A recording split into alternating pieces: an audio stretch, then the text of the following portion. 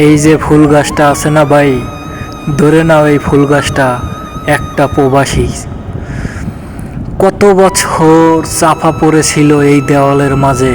এই প্রবাসীটা কেউ দেখেনি, কেউ দেখার চেষ্টাও করেনি, কেউ বুঝতেও পারেনি।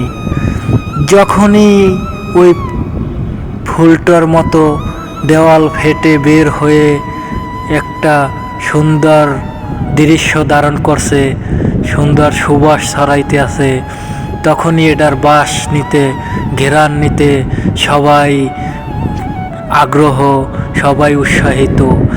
তেমনি একটা প্রবাসী এরকমের যখন চাপা পড়েছিল, অনেক কষ্টের মাঝে ছিল, তখন দেখার কেউ ছিল না।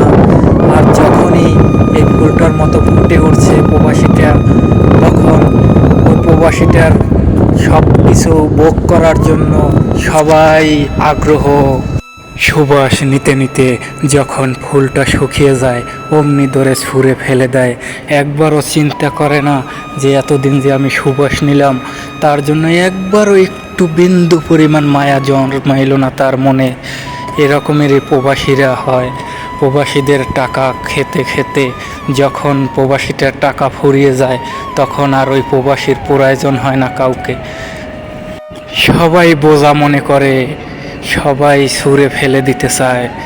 তাই আমরা প্রবাসীরা এই ফুলটার মতনই অসহায়। কেউ পানির ছিটা দেবে না, কোনো কিছুই করার চেষ্টা করবে না। যখনই আমরা ফুলটার মতো ফুটে থাকব, ততদিন আমাদের কদর। যখন ফুলটার মতো শুকিয়ে যাব, আমাদের কদর শেষ। কি বুঝলেন প্রবাসী ভাই ও বোনেরা? কমেন্ট বক্সে জানিয়ে যাবেন। ধন্যবাদ।